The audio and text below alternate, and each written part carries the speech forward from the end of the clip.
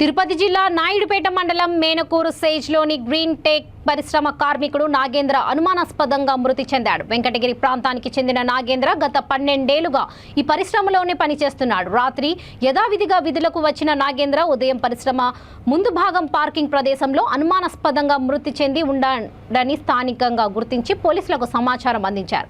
CI Narasimha Rao ఘటనా స్థలానికి చేరుకొని మృతదేహాన్ని పరిశీలించి పోస్ట్ మార్టం నిమిత్తం ప్రభుత్వ ఆసుపత్రికి తరలించారు.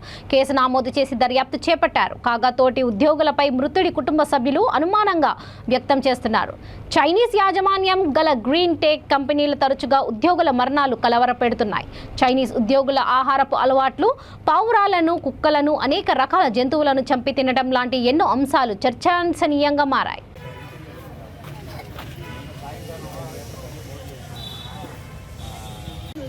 కానీ ఏ రూపంలో బయట ఇస్తే మనకి తెలుస్తుంది. కంపెనీలో జరిగేటి మనకి ఇంటికి తెలుస్తాయా? వాళ్ళు అక్కడక్కడ సాల్వ్ చేసుకుంటారు. వాళ్ళ చావుకి కంపెనీ బాధ్యత. 3 గంటలకంతా చంపేశారని అంటున్నారు. ఎప్పుడు ఏం జరిగినదో తెలీదు. లోపల మాత్రం సీసీ కెమెరాలు ఉన్నాయి. సీసీ కెమెరాలు పట్టించారు. జరిగింది మాత్రం కంపెనీ లోపలే.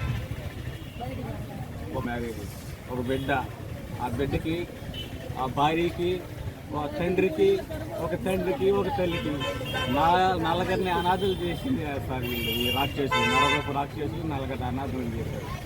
నా బిడ్డని చంపేసి మమ్మల్ని నల్లగరిని అనాథులు చేశారు. మాకు ఎవరి మీద శత్రుత్వం లేదు, ఎవరు మాకు శత్రువులు కాదు. కంపెనీలో ఏదో వాడు ఎదగుతున్నాడని వారం లేని వాళ్ళు ఎవరు పగబట్టి ఈ పని చేశారు. ఆదివారం కూడా ఫోన్ చేసి రమ్మంటారు. ఉంటాయి కదా, సిసి కెమెరా తెలియకుండా నైట్ చనిపోయిన అతను తెల్లారి దాకా పట్టించుకోలేదంటే వాచ్మెన్లు ఉంటారు, వాళ్ళంతా ఏం చేస్తున్నారు? ఇది అందరూ తెలిసే ఏదో చేశారు. వాళ్ళకి తెలియదు.